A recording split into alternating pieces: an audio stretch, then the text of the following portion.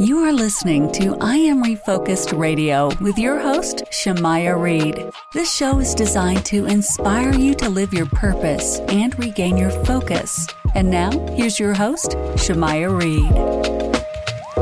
Hey, welcome to I Am Refocused Radio. We are here once again, and man, today we have another guest. We have another special guest. Her name is Sarah McMurray, and she is a pop singer, songwriter, and she's been writing since she was 12, man. And she's heavily influenced by Taylor Swift, and we're going to learn all about her on today's show. So without further ado, I just want to welcome Sarah to the show and say, how you doing?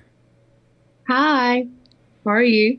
Doing great, man. So what can you tell us before we dive into your music? Share with the audience a little bit about yourself. Well, I am in university in Glasgow. I'm from Ireland, but I'm studying in Glasgow doing psychology. And I'm also currently in isolation because I have COVID.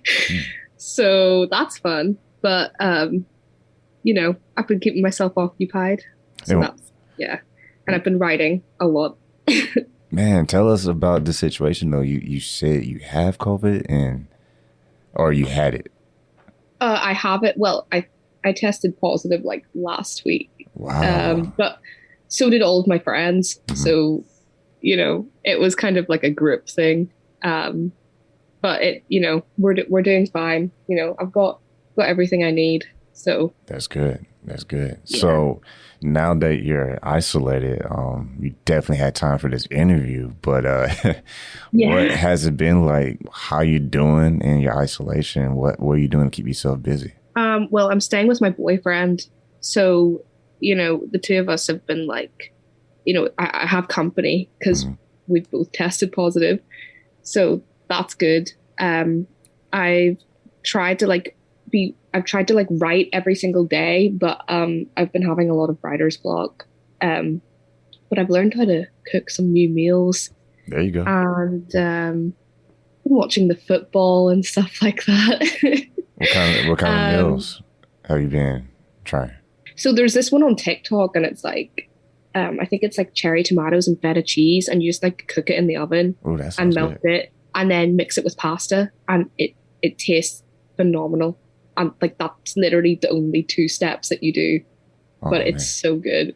It's very cheesy though, but it's great. My apologies to the audience. I know I just made you hungry. I'm sorry, but back to your music, man. So you've been singing since you were 12, and you are inspired by artists like Taylor Swift, and you're a pop-based type singer. So what is the time frame when you said, you know what, I can do this professionally? Because I know you started singing since you were 12, but when did you professionally say, you know what, I can actually do this?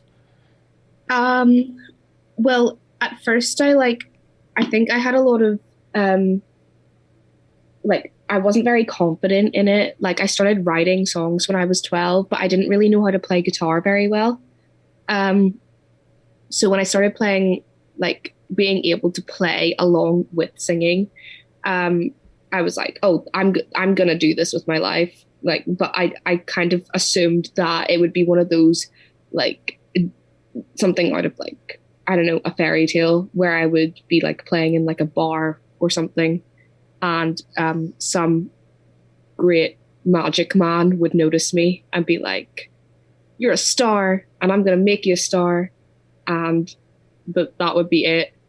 But I decided when I was like 16, 17, that I was going to enter a singer-songwriter competition. And but I was just doing it for the fun and for the experience, but I ended up winning. And then I was able to record for the first time in a real studio and stuff like that. And I was like, oh, actually, this is something that's actually happening to me. Like, this isn't just like in my head anymore. So I'm going to try and like utilize it and like start releasing stuff.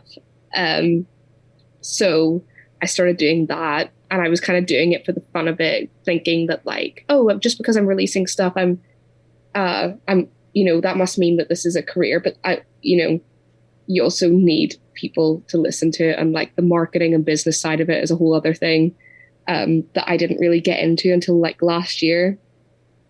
So I think it was more when I was, over the first lockdown that I really started to be like, okay, how can I actually make this happen for myself instead of waiting around for some great man from a record label to notice me. How were you able to develop your own unique sound and pursue that? At first, when I was like 15, 16, I thought like being into like pop music was like really uncool, even though I listened to it, but I didn't want to tell people I listened to it. When people are like, oh, what kind of music do you listen to? And you're like, oh, like, indie and alternative stuff, definitely. But because I thought that like, if I said anything else, that it wouldn't sound cool. And so I tried to write like I was like an indie artist, like an alternative artist.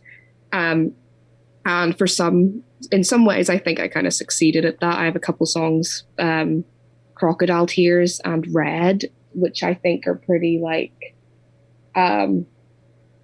indie sort of sounding songs. But the rest of the time, because I listened to so much Taylor Swift and like even stuff like when I was 11, I loved Katy Perry.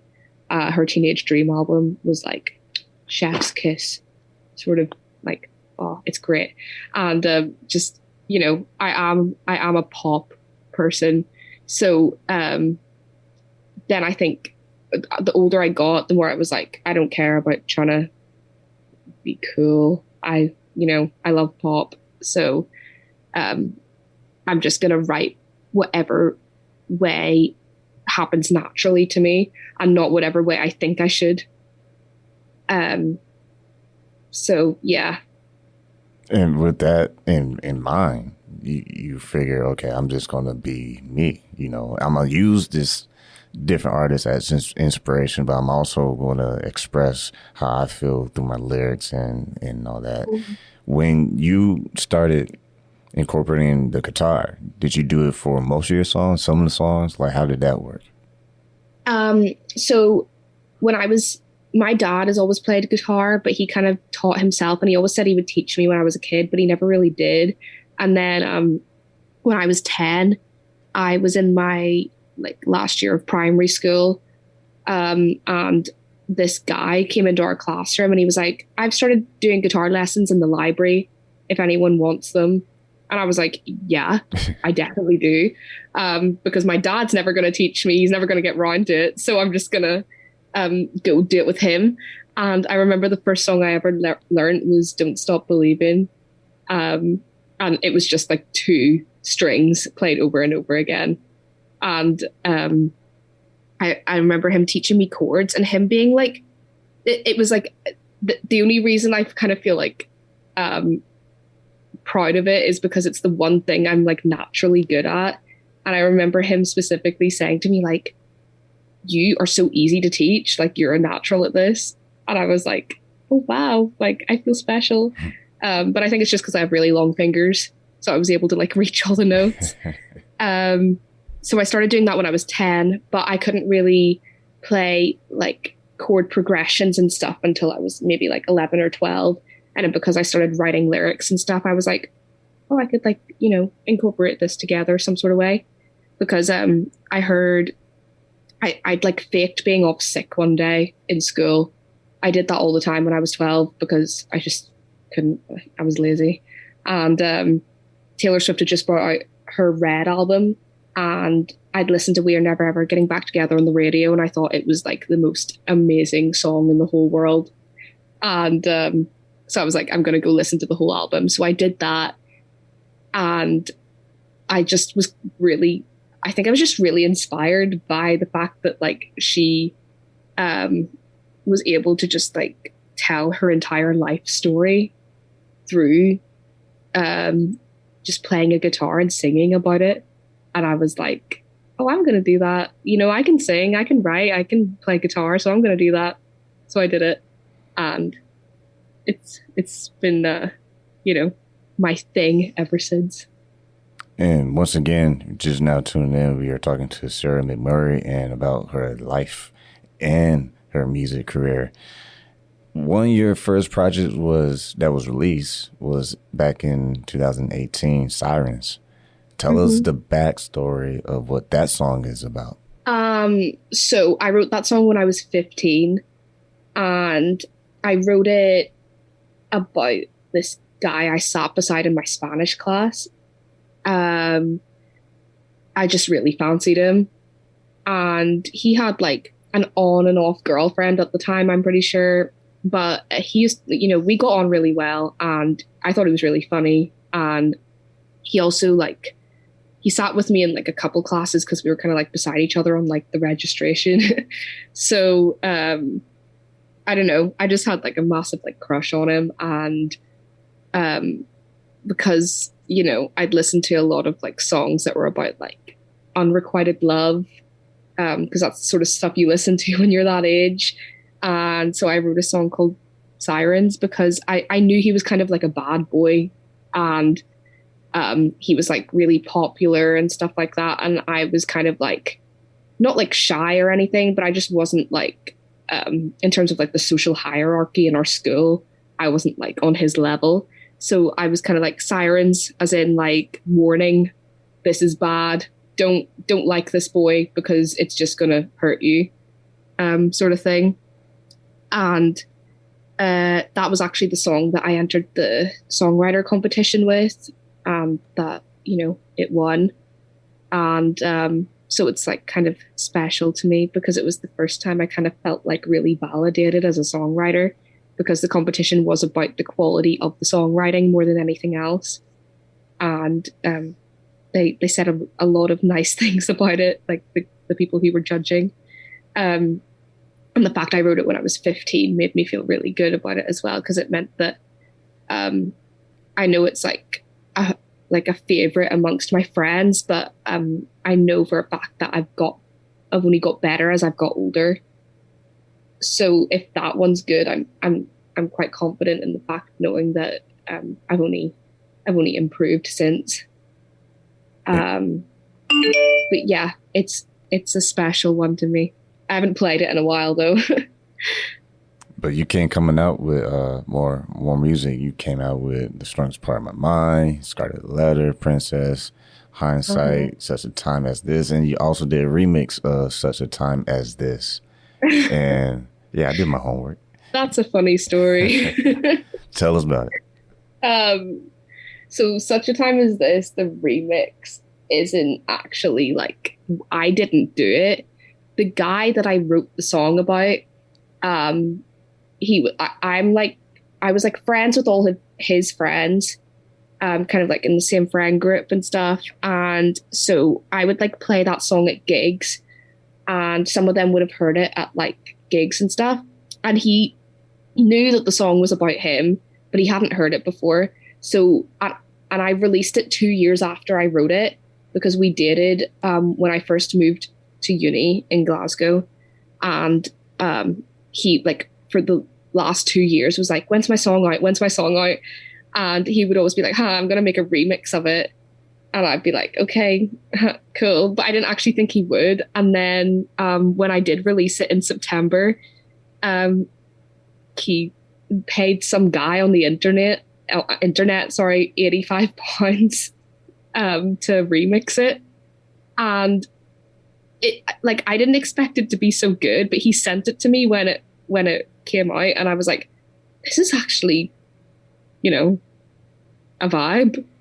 So I'm gonna release it, because he put it out on his SoundCloud, and I was like, I don't want him to get all the credit. I'm gonna release it myself. Oh yeah, I mean, you're the artist. Yeah. Right. Mm-hmm. That's cool. But did he have any music background? Was he just a fan of what you did? Yeah, he was just excited because I'd written the song about him. Now that's something. Wow. So he's not like a music producer, singer, or anything like that? Oh, nah. He's not. Definitely not. Now that is a unique story. I never heard anything like that before, where someone is a fan of your work. Were y'all like good friends or just associates or? Well, he was my ex. Oh. Yeah. So I wrote it about him when we were like kind of dating slash like in a confusing. It was kind of like when, when you're kind of with someone, but you're kind of confused as to like whether it's going to work out or not. Mm-hmm. And it was kind of like about that at the time. But we were teenagers and didn't really know what the heck we were doing. So now that's a plot twist, and he remixed your song like that's. Yeah. And he has no musical background. Well, he might, because he had enough taste to hire someone to remix it. But, yeah. That's interesting. Yeah. And you also, by the way, we're talking to Sarah, and I almost called her Glasgow if you missed that earlier, but it's actually Sarah McMurray. It's like your nickname or something. But when you see the opportunities that are ahead, I mean, you say you currently are in isolation because of COVID, and best wishes to you and your boyfriend that y'all have a full recovery. You have all this time in your hands to see how far you came as a music artist. I mean, you have more than 2-3 singles out there. You have multiple projects that are out there that people can listen to. Looking back, what makes you so excited about future projects based on the fact that you made it so far? I love the fact that like I'm always, when I release a song, it's because I'm proud of it. So I think the the idea that when I release something that I feel like I haven't got I've got more friends supporting me than I have fans currently. But like that's, it's things like TikTok and stuff are really helping me out to like find people who really connect with my music. And when I release music, I think the best part about it is that when I'll release a song, and I'll usually be so nervous when I release it because, my songs are really, really personal, and it's kind of like my diary. And so when I release it, it feels like I'm kind of like just sharing my diary with the world. And when I have people like message me saying that they like really love my song because they're like, they feel like it's really relatable, or they really connected to it because they felt the same way, or it really helped them because they felt the same way, or whatever, that to me is the best part, because that's why I do it at the end of the day. Like my whole thing is I feel like my purpose in life is to like help people through music. So when I know that that's working out like that, it makes me feel really, really like validated as like a human being, basically. Because I do have a lot of friends who'll text me when I release a song saying like, I'm so proud of you. And that, like, I really, really appreciate those messages like so much, because I know that my friends are supporting me. But I don't really think me releasing a song is much to be proud of as much as it is if it like is helping someone else, if that makes sense. Definitely. And when you have everything basically online, you have all these different resources with blog placements and music campaigns and all this other tools. What's some of the things that you've been able to notice is helping you with your music marketing?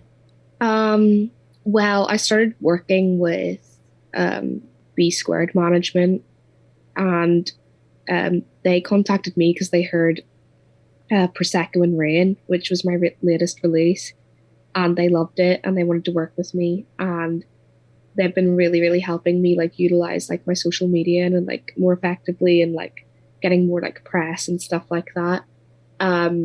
Because I think a lot of it, me being a psychology student as well, is kind of like, I know that a lot of it is like psychological in terms of like when you go on social media, you have to make the content that you make about the person like viewing it and not about you as much. That's something that's I found is like really effective and really important, because people are always going to be finding something that is gonna relate to them. And if you're telling a story being like, this happened to me, this is about me, then it's not going to be as effective if you say like, have you ever felt like this? Man, you just dropped some golden gems for all the music artists out there. Man, that's good. I haven't heard someone put it in that way, because that kind of makes sense. You're inviting people into your space, and yeah. So those listening, it's a really effective marketing tool. I think it's the most like the core of it. Y'all might want to share this podcast with everybody who's in the industry, especially if you're an up and coming artist. So let's dive deeper into that, man, because I know they're like, man, that's a cliffhanger. Like that was like a teaser. When you are putting yourself out there on social media, what are some of the things that you notice doesn't help as much? On social media, I think, like, obviously, a brand really helps, as in, like, if you're a music artist, you are your own brand. And having, like, a certain aesthetic really helps, because if you are consistent, people like consistency, because it's familiar to them. When every time you post, they'll associate you with like a certain aesthetic or a certain vibe or a certain like sort of way of speaking or whatever. And so just posting whatever, whenever is kind of like ineffective, I feel. And also making it all about you, saying like, I wrote the song because I feel like, this is what happened, saying this is what happened to me and sharing your story, but in a way that makes it general enough for other people to relate to is effective. But saying like, you're able to put stuff in a really sort of selfish kind of way, I think, very easily, because we're always thinking about ourselves. Everyone is always thinking about themselves. So as a music artist, I feel like you have to be more selfless, even though you're writing songs that are like about your life, usually is what, some people don't, but like that's usually what the case is. It is for me anyway.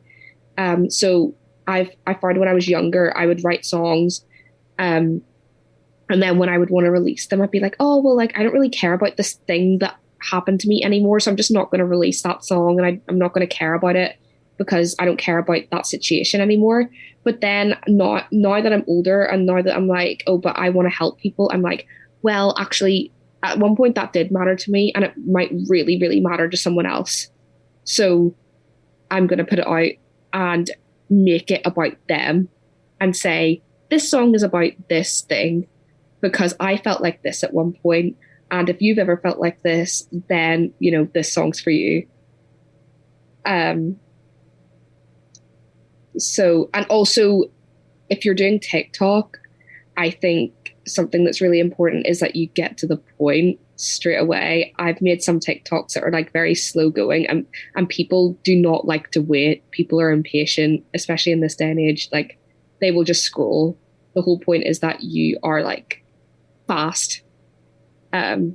Instead of speaking slow, like speak fast and kind of make the topic of your like content clear.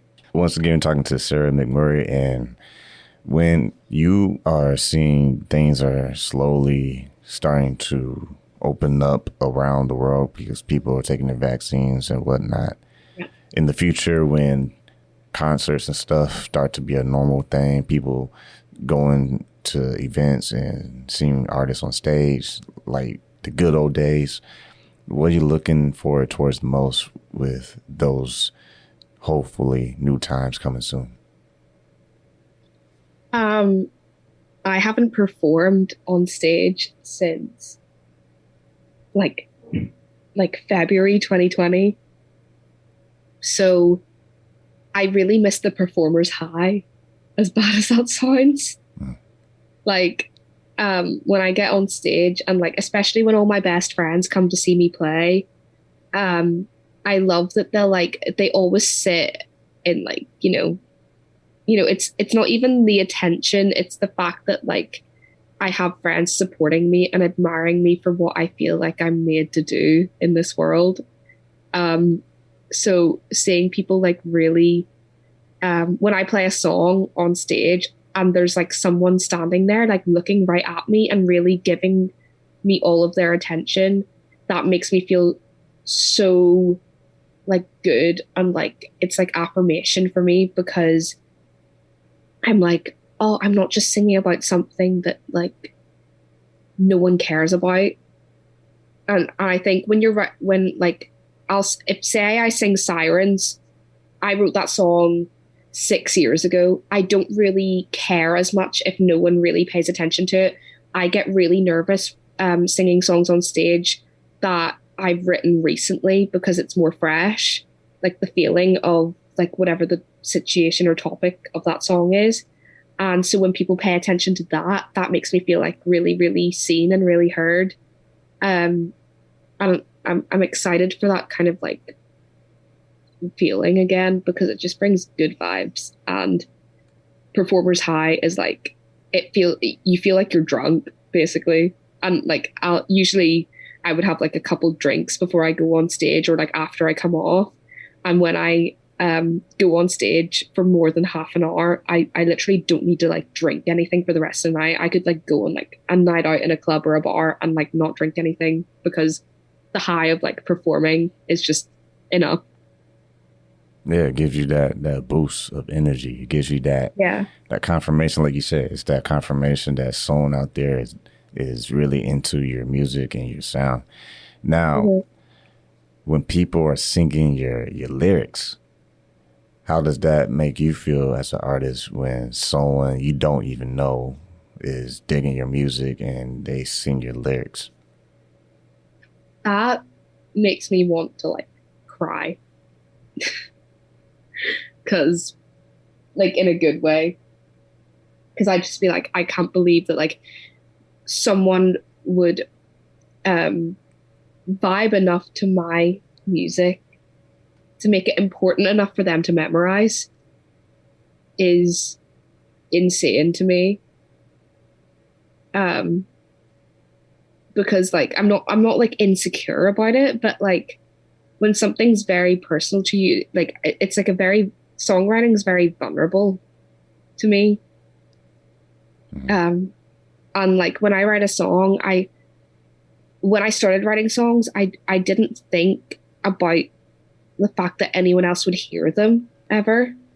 Whereas now when I write songs, I'll be like, oh, but like I can't say this, because eventually when I release this song, like, you know, people are going to hear this line and think like, oh, that's a bit sketchy or what, you know, whatever. But I have to like try and not do that. I have to try and sit there and be like, okay, just write as if you're 12 years old again, and be like the most authentic version of yourself that, you know, could ever be. Like, no, just act like no one is ever going to hear it.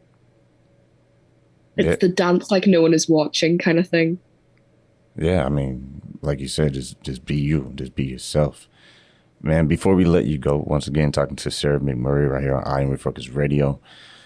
If you could work with anybody, if someone heard this or they heard your music, I mean, you got discovered with someone hearing your music and they reached out to you, what would make your day if any artist, someone in the industry, a music artist, songwriter, producer, engineer, if you can work with anybody in the world, I mean, who would you pick and why? I think my automatic answer would be Taylor Swift, but I've also thought about that a little bit and been like, I think if I was ever in the studio with her writing a song, I'd worry that I wouldn't be like good enough and that I would be too nervous to like tell her my ideas. But like, I still think, I think she's one of the most, like, just one of the most vulnerable, authentic people ever. Just, I know, I obviously don't know her personally, but just, you know, I've watched a lot of her interviews and I've listened to a lot of her music over and over and over again. And that's just kind of the vibe I've heard about her as well. So, but if it was someone, if it was anyone else, I kind of, Maisie Peters is someone who I think I would like. She's my age, and I also think we're going through a very similar sort of. I follow her on Instagram and stuff, and I really love her music, and I think we'd actually make really good friends if I ever met her. But I think I would really love to work with her if that was ever a thing I could do. But once again, right here on I'm Refocused Radio, having a true honor talking to Sarah McMurray. And before we let you go, man, what would you like to tell all your friends and fans out there and the new ones who are going to listen to your music? I mean, if you love sad lyrics, but like really upbeat music that you can dance to whilst crying, but also in a way where you're like, you know, appreciating your life, but also while also being heartbroken, then like, I think I'm that kind of vibe. And where can they check you out online and also find your stuff? I'm on every social media. I'm on TikTok, Instagram, Facebook, Spotify, Apple Music, Amazon, Deezer, SoundCloud, whatever else there is. I'm on everything. That's awesome, man. Well, once again, go check her out. Follow her on Instagram. She is Sarah McMurray _ You find that. And also check her out on all the major music platforms, Spotify, iTunes, etc. But once again, true honor talking to you, Sarah. Thank you so much for taking time out of your busy schedule to talk to I Am Refocused Radio.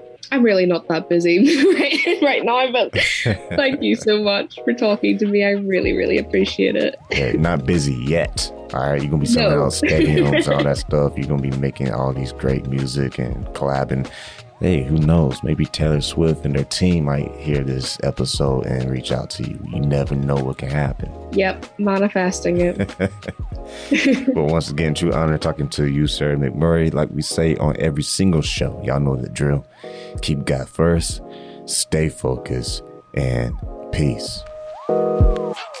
Hey, it's Shamai Reed with I Am Refocused Radio. Make sure you go to IamRefocusedRadio.com to listen to today's episode. Once again, like we always say, keep God first, stay focused, and peace.